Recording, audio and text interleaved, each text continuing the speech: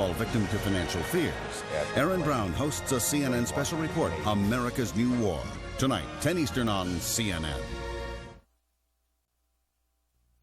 We've never seen this kind of evil before. But the evildoers have never seen the American people in action before either, and they're about to find out. Tonight, in the midst of prayerful remembrances, Americans prepare for a long, hard fight. Next, on Larry King Live.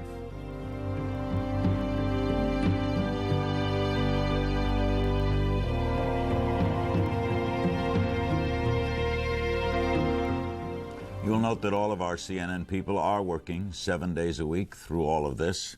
We will be taking your phone calls tonight as well. And one other note, among the guests tomorrow night will be President Hosni Mubarak of Egypt.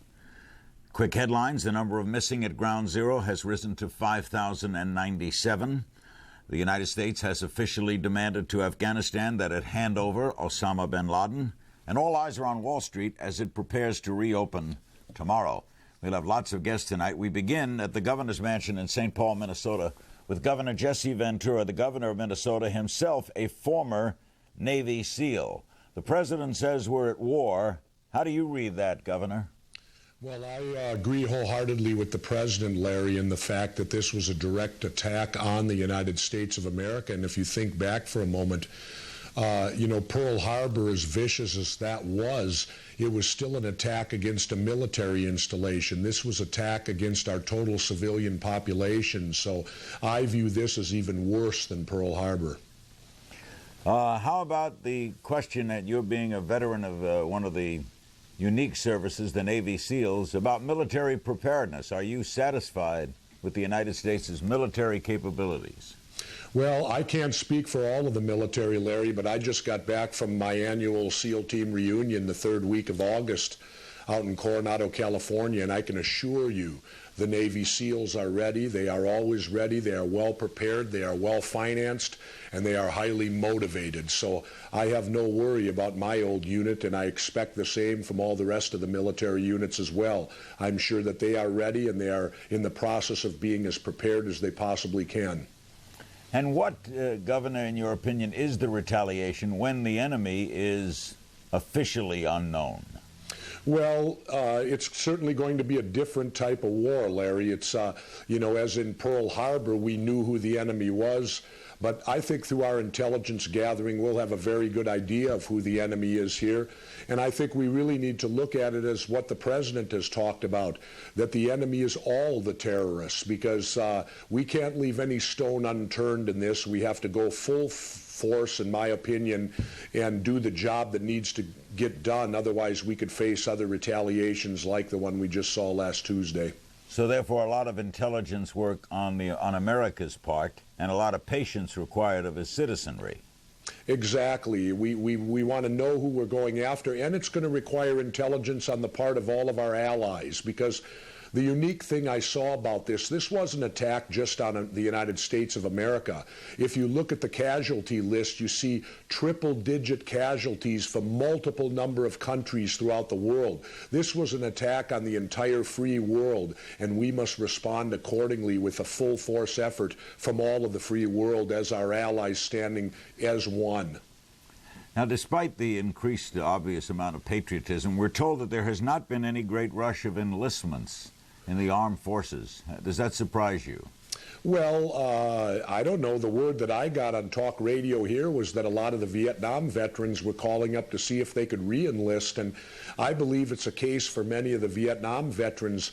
This will be a war that will have the full backing of our country, which was something, of course, that didn't happen in Vietnam. So you have many of those veterans really wanting and want to feel a part of what they did many years ago and be focused on something that the entire country is solidly behind them at. I think when push comes to shove, the young people of the United States will react the same as generations before them. Thank you, Governor. Always good seeing you. Very good, Larry. I always appreciate being here. Usually under better circumstances. Governor Jesse Ventura, the governor of Minnesota. We're going to talk with Richard King, a Red Cross volunteer. First, here's some of what President Bush said today. This crusade, this war on terrorism, is going to take a while. And the American people must be patient. I'm going to be patient. But I can assure the American people, I am determined. I'm not going to be distracted. I will keep my focus to make sure that not only are these brought to justice, but anybody who's been associated will be brought to justice.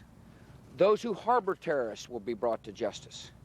It is time for us to win the first war of the 21st century decisively, so that our children and our grandchildren can live peacefully into the 21st century. I'm going to spend some moments now with Richard King, a Red Cross volunteer who's been there since last Wednesday, the day after all this happened. He's been dealing with workers coming out of all the rubble right at Ground Zero. Richard, what do you do normally in life? Normally in life, Larry, I've now retired, but normally in life I spend an awful lot of time as a Red Cross volunteer working in Rochester, New York on local fires and other local disasters in the Rochester, New York area. What's it been like, Richard, dealing with these workers coming out? It's been depressing, Larry, to say the least, yet I really feel that we've helped them a lot. When a worker comes out from being in what I define as being the hole, and they come back out of there after they've done their job, they're distraught. They need a shoulder to cry on in many cases. I found myself here the first night, and I'm not a mental health worker, but I found myself here the first night with a number of individuals doing that very thing, crying on my shoulders, telling me stories that would be unbelievable. They were to me at the time, but this one individual said to me, I don't know how much longer I can do this because I'm so sick of finding a body part here and a body part there.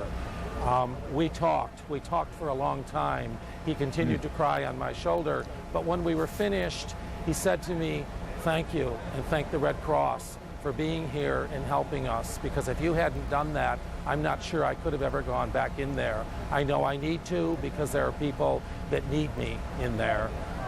This is obviously when they thought that they were going to bring more out. Richard, are you trained psychologically to deal with this? I'm not a mental health worker. I do not have a degree in that field at all, but I'm a human services person and have been for 35 years, and I've always dealt with people. I'm a compassionate person, and one that I'm a volunteer because I want to help people who are in trouble. Normally, how long are you going to stay? I will stay as long as it takes, Larry. I salute you, Richard. Thank you. Richard King, who he's a volunteer for the Red Cross, been there since Wednesday, says he'll stay as long as it takes, and he has to greet the people coming out telling him horrific stories. Let's bring in 4 distinguished members of the United States Senate now on this nightly special edition of Larry King Live. They are in Washington, Senator Richard Shelby, Republican of Alabama, Vice Chairman of the Select Committee on Intelligence. In Boston, Senator John Kerry, Democrat of Massachusetts, a member of the Foreign Relations Committee. In Washington, Senator Richard Lugar, Republican of Indiana, member of Foreign Relations and a member of the Select Committee on Intelligence. And in New York, Senator Charles Schumer, Democrat of New York. Let's start with Senator Schumer. What's the latest from your city, Senator? The total of those missing keeps going up. Yeah, the total goes up, and every 6 hours, just about every New Yorker hears of something. I'd been so busy I hadn't been back to the neighborhood in which I live until yesterday, and I heard that our local school, 5 children now have a parent, and in one case both parents missing. Our local firehouse has 11 of its people missing. And so it's tough, but at the same time today I began to see New Yorkers really bouncing back, and New Yorkers are resilient, and we are going to bounce back. But it is a long, hard slog. Senator Shelby, a Vice Chairman of the Select Committee on Intelligence. Intelligence needs a lot of work, does it not? Absolutely. Intelligence, which is information, is going to be the key to our fight against terrorism. And there are many problems out there. There are a lot of good people in our intelligence agencies. They've had a lot of good successes, but they've also had some strategic failures, and we can't afford that in the future. One of the problems, Senator, is the successes we don't learn about, right?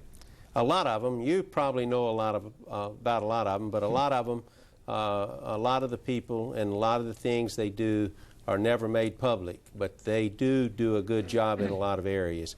But if we're going to win this war, and it's going to be protracted, the front line is information intelligence. Now, Senator Kerry, from a military standpoint, and churches all across America were discussing this today, you got to know where you're going before you go, right? You can't just retaliate to retaliate. Absolutely not. And I was struck today by the administration's voices that were speaking out today after the meeting at Camp David. I think it's clear, especially in the comments of Secretary Rumsfeld and Vice President Cheney, that the administration understands that the purpose of this is to make the United States more secure, while simultaneously living up to the special values that define our nation and that make us different from other countries. So we have to do this in a way that doesn't just create a lot of other innocent victims. We have to do this in a way that is particularly surgical, that targets the terrorists themselves and those who directly harbor them, specifically governments. There's a distinction between the Taliban and innocent Afghanis, many of whom are the victims of the Taliban. And I think as long as we are willing as a nation to remember sort of what guides us in that way, and I think we will, then I think we'll pick the right targets. We have to be patient. This is a long haul, and we have to manage information. We have to change the way we think about a lot of our traditional military tactics in this kind of an operation. And again, be very careful about the targeting. But we have to do this without any wavering, and our allies have to be clear. There's no equivocation here. If you're on the side of the terrorists in any way whatsoever, if you harbor them, if you're willing to make it easier for them to escape, if you're not willing to help us and assist us in the transfer of information or the facilitation of those military operations, then you're part of the problem. And we have to make that clear. Senator Lugar, Pakistan tomorrow, I think, will formally ask the Taliban to turn over bin Laden. Do you see any hope of that? Yes, I think that's possible. I think the importance is that the Pakistanis have reacted that way. It's a very, very tough call for them.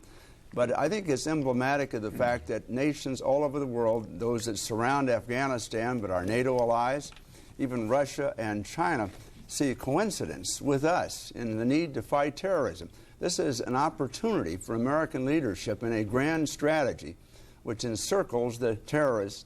And I applaud the Pakistanis. I think the courage, at least of that pronouncement, is important. But we're going to have to be sophisticated in our support of them because they have great difficulties. But you joined Senator Kerry in agreeing that you're not going to see an attack somewhere tomorrow. Well, I have no idea whether there'll be an attack tomorrow, and that's why I applaud those FBI agents that are in the streets of America tonight, and everybody else, as a matter of fact, who are trying to ferret out the infrastructure that supported the people that hijacked the planes the other day, or attempt to find others who may have other things in mind. Yeah. I think that's the ground war, and it's a grisly business right here, quite apart from the grand strategy abroad. Larry, Senator, yes, who was speaking? I don't know. That was John Kerry up in Massachusetts. I just wanted to say that I agree with Dick. I'm not saying that it won't be tomorrow. I'm saying it has to be surgical and targeted. If we knew where critical people were tomorrow, we do what we need to do tomorrow. I simply say it has to be surgical. Senator Schumer, I guess we're always reactive, as most people react rather than act, but shouldn't something have been done sooner about prevention here? Yeah, I think there is no question about it. We let the terrorist menace grow and grow. We had the World Trade Center bombing in 1993, and thank God only 6 people died. And then there was the Khobar Towers and the USS Cole and the embassies in East Africa. And we basically didn't do very much, or for a few months we did, and then we didn't. You know, I had a lady come up to me in Greenwich Village today, and she said, Senator, I was busy looking at all the signs, and it's so touching in New York. Everywhere you go, there are little posters of, have you seen my son? Have you seen my wife? Have you seen this? Have you seen this person or that? And as I was looking at these, she came up to me and said, Senator, I hope we can avoid any military action. And I said, ma'am, I don't know if it'll take military action, but if we have to, we must, because, you know, when they bombed the World Trade Center in 1993, 6 lives were lost. Now we've lost 6,000. Next time, given the fact that a small number of dedicated, evil, and sophisticated people can use technology, biological, chemical, nuclear weapons, it could be 6 million. So we have no choice. And to me, the $64,000 question, Larry, is not how we do it. I mean, we'll probably make a few mistakes along the way. We're fighting a new enemy. But whether America has the resolve to continue to do this. The President said to me the other day, he said, if, you know, Americans lose interest in this, if by the time the World Series rolls around or the Super Bowl rolls around, we have lost interest and we're not putting the same kind of focus that the nation put in after Pearl Harbor for unconditional surrender of the enemy, we won't succeed. Let me get a call in. That's the biggest challenge. That, to me, is the biggest challenge we face, not the specific tactics we use. Dixon, Kentucky, hello. Hi. Hi. What's the possibility that the Taliban or possibly Iraq acting as an ally to the Taliban, what's the possibility of nuclear defense to a U.S. offense? Senator Shelby? Oh, I think it's be very remote. I don't think right now Iraq has nuclear weapons. They really would like to have them, but they don't have them now. But there are other ways that they can hit at us. I do want to say one thing, follow up on what Chuck Schumer said just a minute ago, and I believe he's absolutely right. We shouldn't lose interest in this because this has become a wake-up call for us, a real wake-up call. And if we lose interest, then go about our business as usual, we will be hit again somewhere, just like happened the other day. It will be different, but it will be fear and fear and fear in America. We thank you, Senator Shelby, Kerry, Lugar, and Schumer. We'll be hearing more from you. We have an extraordinary discussion coming up that dealing with a lot with biological weapons. Here's the scene of the nightly vigil at Union Square in New York. This goes on every night right there at 14th Street, Union's famous spot in semi-lower Manhattan. Joining us now, all from our bureau in New York, are 3 authors of a very important, timely book. They didn't time it this way, but it's the way it came out. Returning after being with us last night is Judith Miller, senior writer of the New York Times. Joining her is Stephen Engelberg, investigations editor of the New York Times, and William Broad, science writer of the New York Times. The book is Germs, Biological Weapons and America's Secret War. Miller is the expert on the Mideast. Engelberg focuses on terror and germ warfare from a CIA intelligence angle. And Broad is primarily a science writer. Let's start with William Broad. How far away, how close are we to seeing this? Larry, no one knows. My crystal ball is as foggy as yours. This is a serious long-term problem. There's new technologies out there that'll let terrorists do things they could never, ever have imagined doing a decade ago. This is a serious long-term thing that we've got to keep our eye on. No one knows if or when this is going to happen. We hope to God that it doesn't. We wrote this book because we were afraid this issue was not getting the attention it deserved. Stephen, what do we mean by America's secret war? Well, over the last sort of 10 years, the United States has really been trying to get a handle on this problem. It's really an incredibly difficult problem.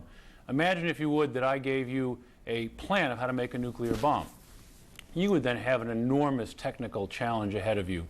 You would have to find enriched uranium. You would have to build an infrastructure. You would have to figure out how high explosives work. It's an incredible thing to do. Now, places like Iraq have done it. Many places have tried. If I gave you one former Soviet scientist with the knowledge in his head of how to make germ weapons, he could very easily go ahead and assemble for a very small amount of money. In the book, we write about the fact that the Pentagon went to buy stuff off the shelf. They gave the team $1 million, and they were able for $1 million to create a workable germ factory that could make enough anthrax to kill, all the people in New York, any number that you would like. So the secret war here is how to get at that. How do you attack that problem? And we're only at the beginning of it. Judith, do you fear the people that did what they did last Tuesday have these weapons? Well, Larry, we don't think they have them yet, but we do know that they've tried very hard, and they're continuing to try very, very hard to get them. And as someone who works there and who visits these places, we know from intelligence sources, and we report in the book, that in fact Osama bin Laden's camp, one of them in Afghanistan, was actually already experimenting with poisons, toxins, chemicals, perhaps biological agents, and we've seen some, in satellite photos, dead animals on one of these camp test ranges. So, my concern is that, yes, he will not give up until he gets them. Before we ask about what's going on now and what we might react, is there, Mr. Broad, a defense of this?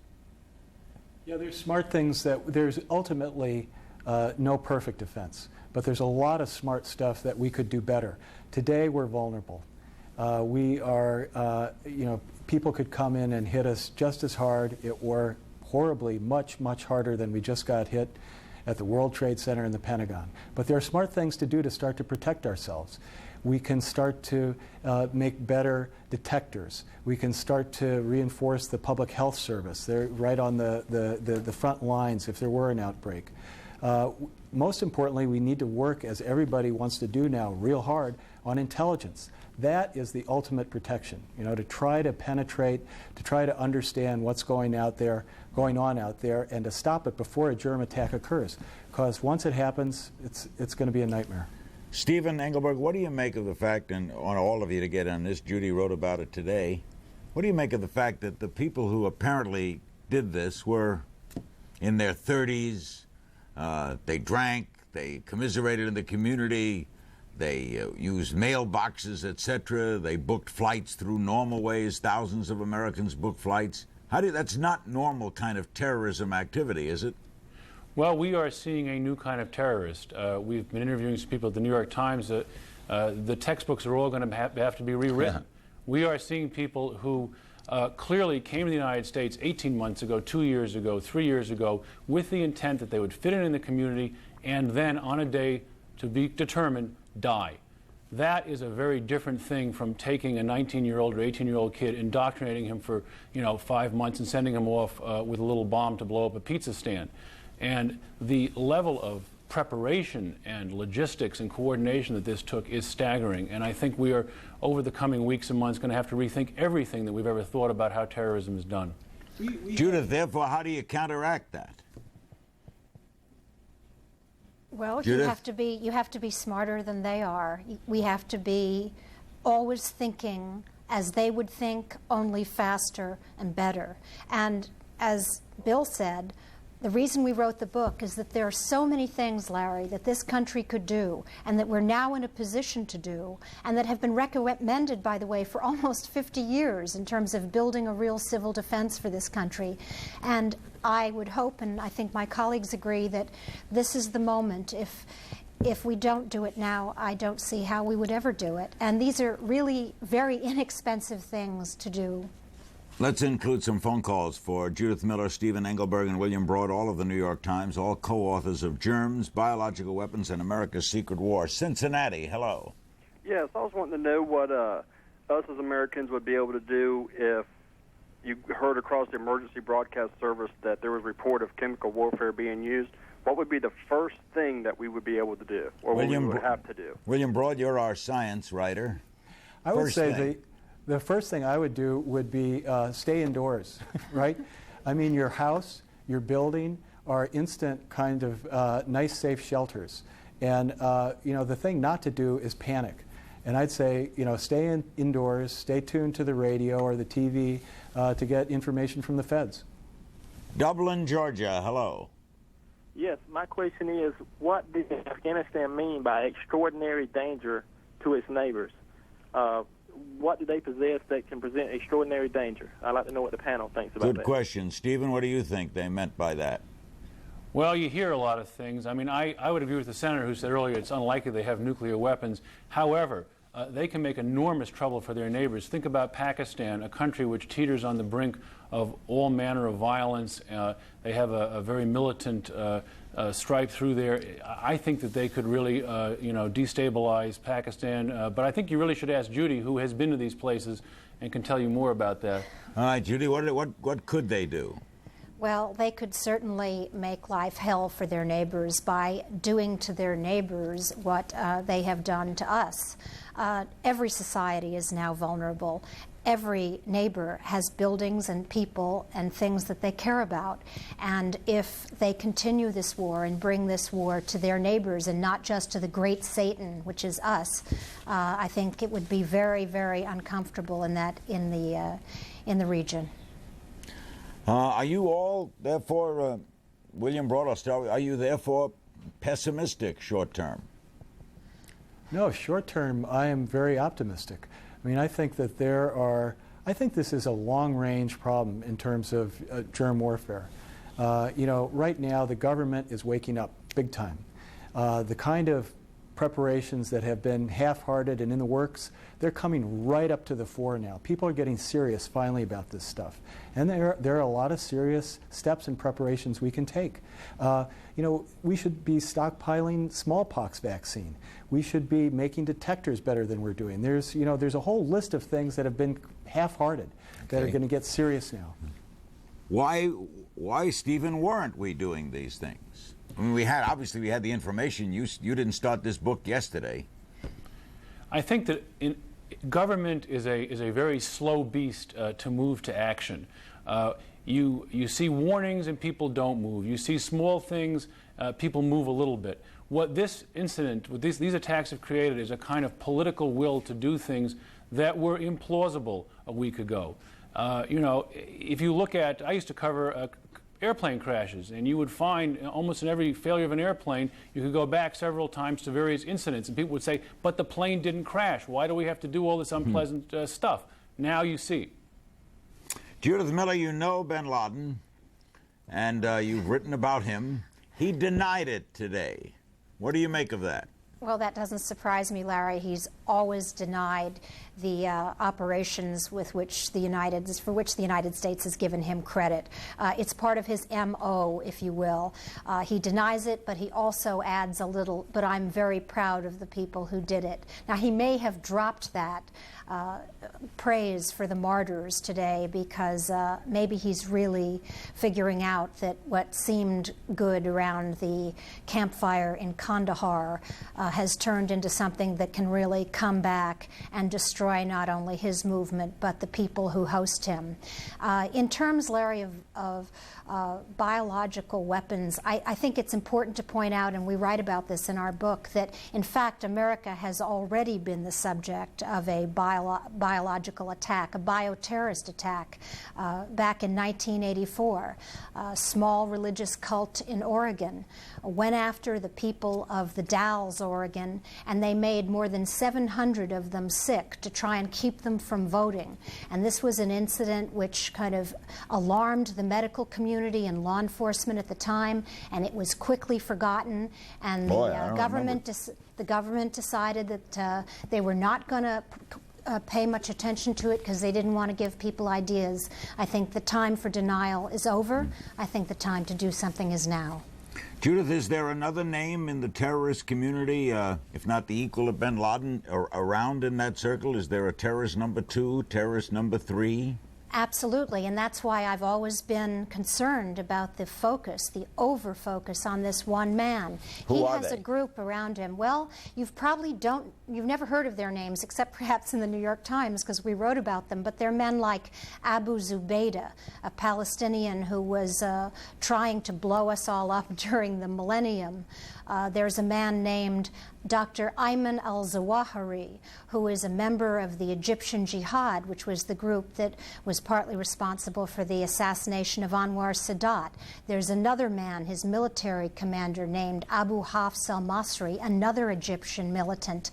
And these men could go on and take over the organization if something happened to Osama bin Laden. So I really think that we've got to avoid focusing on one personality. It is a network. It is, as Secretary Powell called it today, a holding company. You've got to decapitate the head from the networks, and then we'll start in on the rest. I think that's the government strategy, and I think it's the right one. The CEO has to go. The CEO has to go. To Largo, Florida. Hello. Yes, Larry. I just wanted to ask you about the troops. Our troops had been vaccinated for anthrax several years ago. Will that help, and should we be vaccinated for that? William? You know, I'm going to defer to my colleague Steve, who is the world's encyclopedia on this topic. Okay. Well, we have, in fact, vaccinated a relatively small percentage of our troops. We've had an enormous technical problem producing the vaccine. There are all kinds of questions as to whether the vaccine is necessarily fully effective. It has been revealed over the last few years that it is possible to genetically engineer anthrax to make it into a different form. But the fascinating thing here is that we have been unable to produce something relatively simple, a vaccine, and as a result, the hope was to vaccinate all active duty troops and reserves, and we have not done so. How about the water supply, William? I think the water supply is safe. I mean, if somebody really wants to do us a lot of harm, they're going to put the bugs into the air. That's the route to go, and everybody knows it. Water has chlorine, has all kinds of things to try to kill germs, so drink away. Don't worry about it. Judith, I asked the others, are you optimistic too, short range? Well, I'm only going to start to be optimistic when I hear our policymakers say, you know, we need civil defense. We need not just the missile shield that they're planning on building, but we need to do something about the fact that most hospitals, even hospitals in New York, have virtually no surge capacity. I'll be optimistic when I hear that every doctor and pharmacist and nurse in this country knows how to recognize a case of anthrax and some other things that really they haven't had to think about. When we start to do something serious, I'll breathe a little easier. There probably isn't a more important book out now than Germs, Biological Weapons and America's Secret War, and we thank the co-authors Judith Miller, Stephen Engelberg, and William Broad, all of the New York Times, for being with us tonight. Before we meet our next guest, here's a scene at Ground Zero in New York. Day, Tuesday, Wednesday, Thursday, Friday, day 6. Unbelievable. Joining us now from Boston, speaking of unbelievable, Stephanie Holland Brodney and Nathaniel Nate Holland. They are the sister and brother. Their mother, Cora Holland, was one of the 92 people who died on American Airlines Flight 11. That was the first plane to hit the World Trade Center, and there is the late Cora Holland. And we understand, Stephanie, that your father was tracking this plane on the internet? Yes, he was. He did that frequently. When anyone in my family flies, he would bring up the American Airlines website on his laptop and just track us, because my mom always worried about us kids, and she always liked to know exactly where we were, even in flight. So you can track a plane across its complete flight from takeoff to landing? Yes, you can. Get elevation, turns, everything. It was quite amazing. So he saw Flight 11 do what? Disappear off the screen. And I believe a message came up that said, contact American Airlines. And then from with that, you know, I think within 10 minutes, he realized that what had happened and that my mother's flight had crashed. Did he call you? Yes, he did. And by that time, I had known that 2 planes had crashed into the World Trade Center, but I didn't even cross my mind that it could have been my mother, because I had taken that flight many times myself. And the minute he called and he said there's been a plane crash, I just knew that it was her. Now, Nathaniel, you're a freshman at Fordham University in New York, right? Right. Did you see any of this? Yeah, I had found out during my first class that actually a plane had crashed into it, but at that time, no one knew it was terrorism. Everyone thought it was just a commuter, not even a commuter plane, just who knew what it was. So I went to the top of my building, and from there, we were running across the terrace, and we saw the big smoke cloud, and even then, we just thought it was a cloud that laying low. It never occurred to us that it was a plane. Then we could see the 2 towers, and there's just a huge hole in one of them. But even at that time, the first person I thought of was my other sister, who lives in New York, who works down near the Village, who works on Christopher Street, which is by the towers. So the first person I thought of was her, and the fact that it could be my mom in that plane was just completely foreign to me. Did you see the second one hit? Yes, we did. I saw the first tower fall. And then, then I ran inside, turned on the news, tried to see what was going on. And I had been hearing there was a flight from Boston. I knew both my parents were traveling that morning, so I was obviously extremely concerned. But I had been hearing there was a flight from Boston to New York. That's what makes sense. And I knew my mom was going to L.A. and my dad was Chicago. So even at that point, I still wasn't too worried. But then I heard that it was a flight from Boston to L.A. And then, even then, you just try to deny as much as possible. And the chances that it was her flight and that it was American Airlines were just still so slim in my mind. And then I checked the email she sent me the night before, and she told me that she was leaving at 7:45 in the morning. And I saw there was an American Airlines flight. And at that point, I just put the pieces together myself. Stephanie, you did the same? Yeah, I mean, my dad, I actually had relatives in California call me. I had no idea what was going on. You know, my son was watching Barney at the time, and, you know, I just had no clue. Once my father called me, though, our biggest concern was to get a hold of Nate, because Jessica, my sister, had gotten a hold of my father, and he had told her. And I actually, I had to tell Nate over the internet that my mom had died. It was horrible. I didn't know what to tell him. But at the same... You sent him like an email or fax? No, we were doing instant messenger on AOL. And at the same time... How did you write it? What did you say? He said, Steph, was Mom on that plane? And I just said, Nate, you need to come home. And he knew. He knew. And I just kept typing to him, are you okay? And he kept saying yes, yes. And oh, my God. Nate, how did you get home? A lot of work. My sister was down on 14th Street at her friend's dorm. And so my first thought was just I had to get to any sort of family member I could. So I was on 59th Street, that's where my dorm is, and I tried to take a taxi, but it was just chaos. They took me down as far as 42nd, and from 42nd to 14th, I just had to walk. And once I did find my sister, thank God she had some really good friends in the city that just worked with us all day trying to get us out of there. And eventually, they drove us up to White Plains, and my dad met us there, and this was at 9 p.m.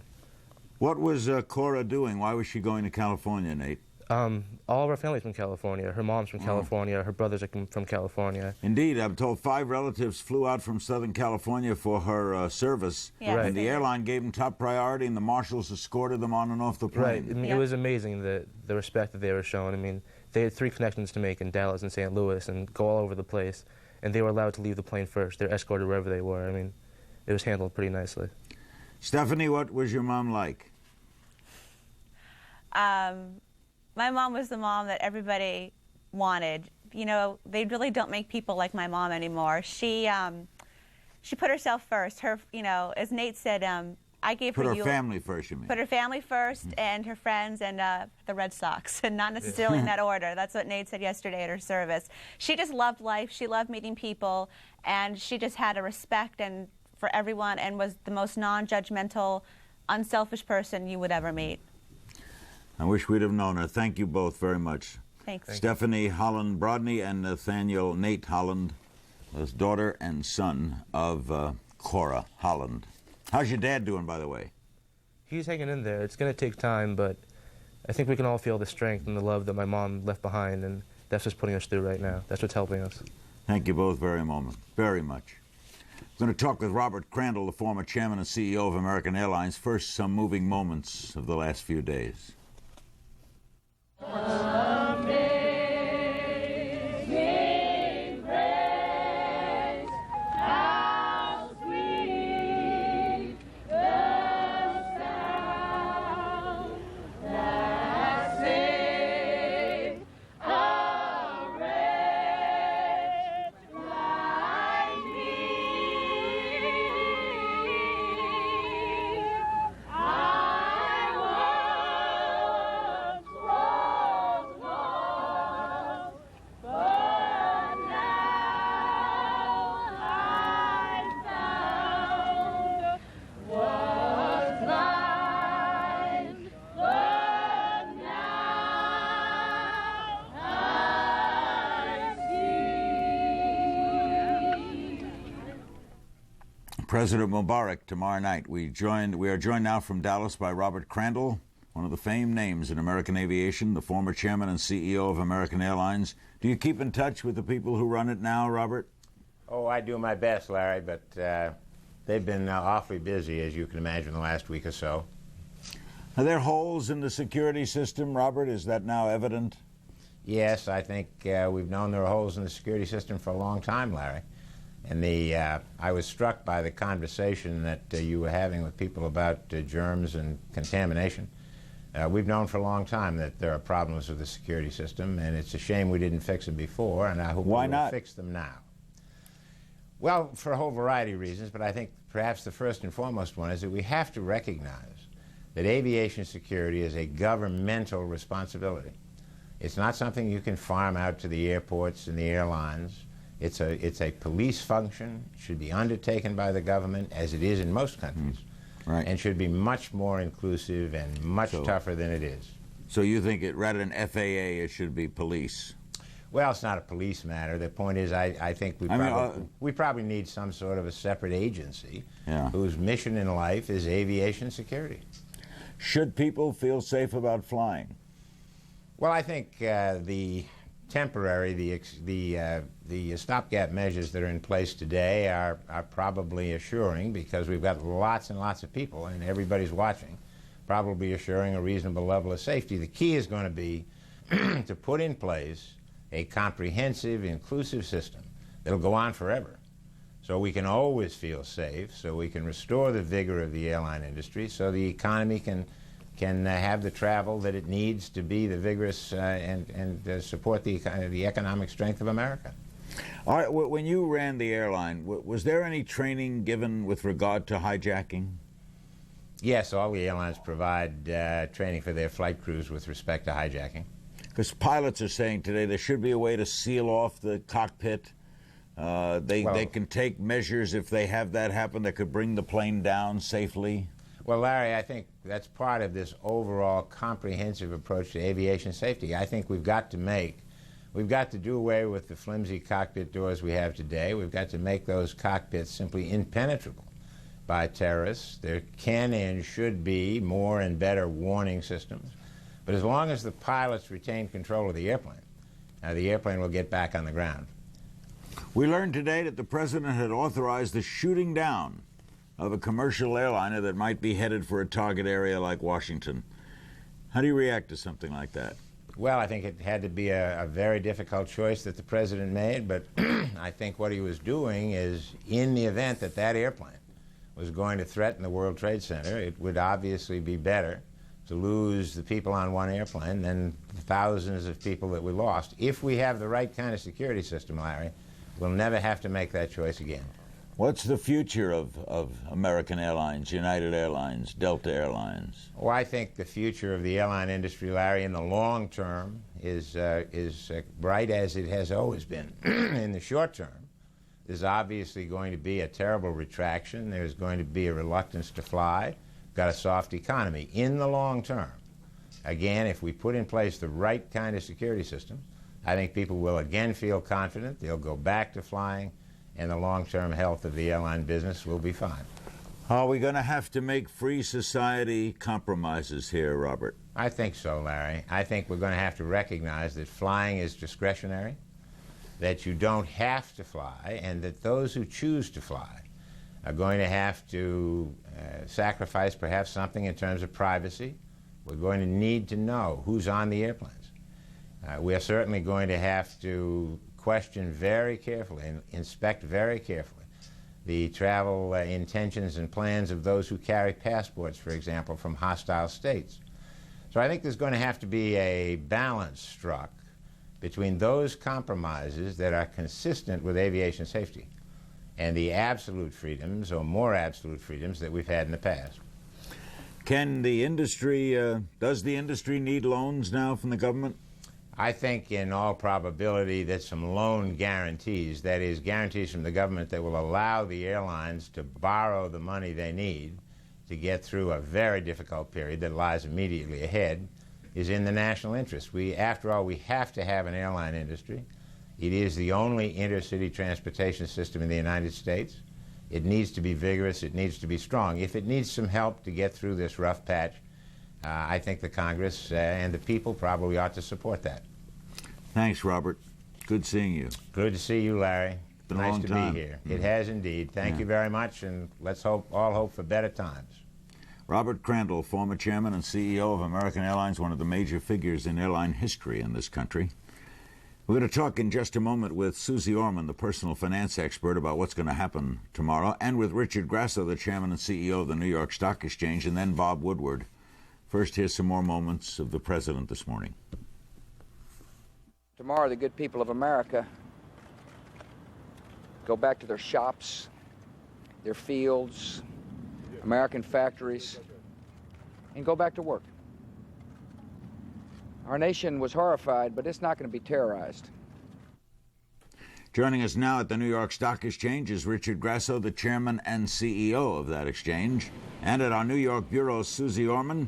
Susie is the personal finance expert and best-selling author. Richard, Paul O'Neill, the Treasury Secretary, is going to be there tomorrow. Mayor Giuliani, Governor Pataki for the reopening at 9:30 Eastern. Do you expect things to run smoothly? Larry, good to be with you. And yes, indeed, it will be a 9:30 opening to be commemorated by the ringing of the bell from a New York City fireman, a New York City police officer, a Port Authority police officer, and an emergency medical services officer. And yes, indeed, we are ready. We have rebuilt the infrastructure to the point where I'm confident that 85 million Americans can be back in the greatest market in the world. And do you expect it, Richard, to be a bad day? Well, Larry, I think the message we have sent over these last 4 days, starting with the brilliant leadership of our president, is that America is strong, our economy is the envy of the rest of the world. This is a challenge, but it's a short-term challenge. History has proven if you are a patient investor, if you believe in America as we all do, you will be amply rewarded by investments in the market. Are you going to have a moment of silence, by the way, tomorrow for the dead? Well, actually, Larry, what we're going to do, as you know, we normally ring the bell and start trading at 9:30. Tomorrow we will ring the bell and be silent for 2 minutes until 9:32. And at 9:32, a U.S. Marine Corps Major, Roseanne Scrignoli, will lead this community in the singing of God Bless America, to then be followed by those 4 brave representatives of the greatest policing and fire agencies in the world, and then we will be back to business. You hold on, Richard. We have another question or two for you. Susie, what should people do tomorrow? Well, I have Investors, what should they do? I think they should be patient and just watch, and I think they should go into it with a lot of hope, Larry, and that the markets may open up down, but I have to tell you, over the long run, I think I wouldn't be surprised if I saw the markets end up tomorrow up. But people don't invest just for one day, they invest for the long run, so be very careful here. Tomorrow, the markets are not made forever. Warren Buffett said if it goes down, he'll buy. Well, you know, that's not a bad idea, but where are you buying? What are you doing? Those people out there that have mutual funds should be just a little careful. They should remember, even if they placed an order to sell at 9 o'clock, they get the closing day price that day. So I would just sit back and wait. Doesn't matter if you place an order at 9:30, at 10:30, at 11:30. The truth is, even if you waited till 12, you'd get the same price. But be careful here, because I think in the long run, 1 year from now, we will be better off than we would have been if this never had happened. All right, I'll ask this of both of you. Richard, patriotically, should we hold on to what we've got? Larry, this is the strongest country on the face of the earth. Our economy has slowed, but it was slowing prior to the terrible, heinous crime committed against all Americans last Tuesday. What we know is that we will lead the world in the economy of the 21st century. This economy is indeed going to be different going forward, but it's going to be strong, and patient investors, as Susie said, have historically been time and again well rewarded. So be patient, be prudent, don't invest for Monday, invest to meet your needs. Susie, patriotically, can you do something patriotic with your investment tomorrow? Well, I have to tell you, I think we should all hope that this market goes up. And as a patriotic thing, don't sell. Obviously, if you have stocks that are somehow subjected to some downward move because of what just happened, whether they're the airlines and insurance, maybe. But for most of you out there, you have good quality stocks. If you should have owned them before this happened, please stay in them now and stick with this, because in the long run, again, I do believe we will be just fine. Because fear motivates people a lot, doesn't it, Susie? Fear motivates people a lot, but you know what's so funny, Larry, is that fear and hope were the two emotions that kept people, before this ever happened, in the market and in stocks when maybe they shouldn't have sold. They had a stock at 25, it went to 50, and they were afraid to sell it because they were afraid it might go to 75 or 80. Hope that they bought it at 75 and it went to 50, and they were hoping for it to go back to 75. Emotions rule what happens in the markets. Let's get a call in for Richard Grasso and Susie Orman. Wichita, hello. Hello, Larry. Hi. As a long-term economic solution to this problem, I propose that just as Kennedy said that we're going to put a man on the moon by such and such a date, we get our country to say, hey, by such and such a date, we're going to be energy independent from the rest of the world. We have all the technologies to do it. We have all the ability to do it. We just need to put forth the resolve and do it, so that we're not dependent on the Arab nations for our oil, etc. What do you make of that, Susie? Well, you know, that would be great, but the reality of things is that we are dependent. This is where we are today, and the stock market is made up of more than just energy stocks. They are made up of all kinds of stocks, and they're made up of really your future, everybody out there. We can take our future into our own hands if you just invest today with a rational eye rather than an emotional one. Please just watch carefully tomorrow. You don't necessarily have to be a participant by buying or selling. Just watch and send your good wishes for this market for the next few days. One more call for Richard and Susie. Dallas, hello. Hi, Larry. Hi, Susie. I want to ask you quickly about the plunge protection team, where the federal government might bail out the stock market. Where is the accountability in America? Should the federal government be doing this? Well, let's ask Richard that first. Richard, do you think so? Well, Larry, these markets are the freest and most open on earth, and the federal government's role is not to stabilize by buying securities. The federal government's role, as the Federal Reserve has indeed done, is inject liquidity into the market system.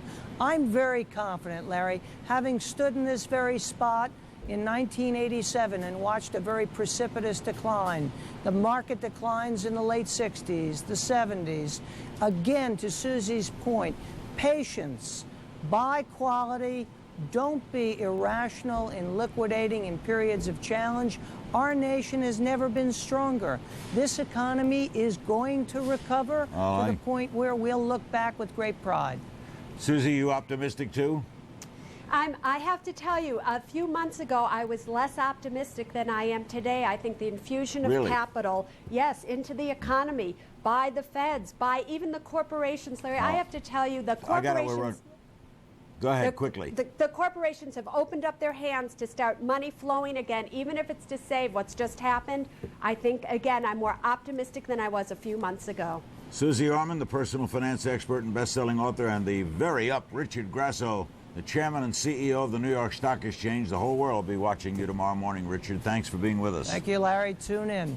Joining us now from Washington, one of my favorite journalists ever, the assistant managing editor of the Washington Post, the Pulitzer Prize winner and best-selling author, Bob Woodward. How's the president done so far in this tragedy? I think exceptionally well. He really has hit his stride, and he is out there talking about it, and has this team of Cheney and Powell and Rumsfeld and lots of people with a great deal of experience and a sense that you don't solve problems like this in a day or a week, and they've all set the timeline way out and are talking about years of work, and I think that's quite wise. You wrote The Commanders, all about the Gulf War. It was a heck of a book, and Powell and Cheney were two leading figures in that book. Do you have confidence in them in this area? A different kind of war. And I think they realize that as much as anyone. What's interesting about Cheney is, if you saw any of his interview today, he has this way of almost mainlining confidence out to people. Yeah. He is a rock.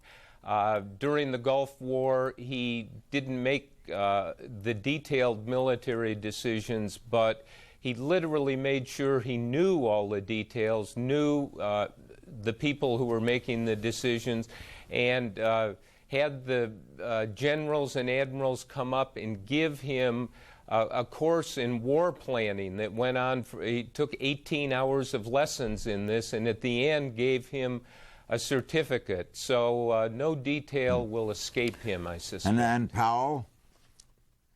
somebody who is notoriously cautious. He was called, and I called him in my book on the Gulf War, the reluctant warrior. He has pleaded guilty to that, saying the general's job is to protect the troops, so I presume he will move very slowly on this. He doesn't like to do anything or say anything unless he's pretty assured of success. Bob, you, of course, are a strong defender of the First Amendment and do that in your writing and in your paper's brilliant coverage of many events. What do we do here with the public's right to know versus national security concerns? What do you do if you get some information and the government calls you up and says, don't print it? Well, I think people in this case, when there is a live war going on, I think people are going to be very careful. I was interested, I think the most important thing that happened this weekend was when Cheney came out today and said, we don't know, but it's possible that there are other terrorist incidents in the works. And Cheney, who's somebody not inclined to speculate, actually stepped forward and said maybe there were other teams on Tuesday who got cold feet and didn't board their planes or were thwarted somehow. If you look at what Rumsfeld said, the Secretary of Defense, 4 times in one interview today said terrorists can strike anywhere at any time with a technique or method of their choosing and not necessarily with airplanes. So I think people ought to be vigilant and on their toes now, because I think that's what Cheney and Rumsfeld are telling us. Would one of those aspects of vigilance be don't fly on a commercial aircraft? And no, that people have to make those decisions. It's just to watch where you're going, know the environment we live in, not take action. You mean we got to go out of our houses and look left and right? Yeah, and you know, you need, if there's something suspicious going on, call people.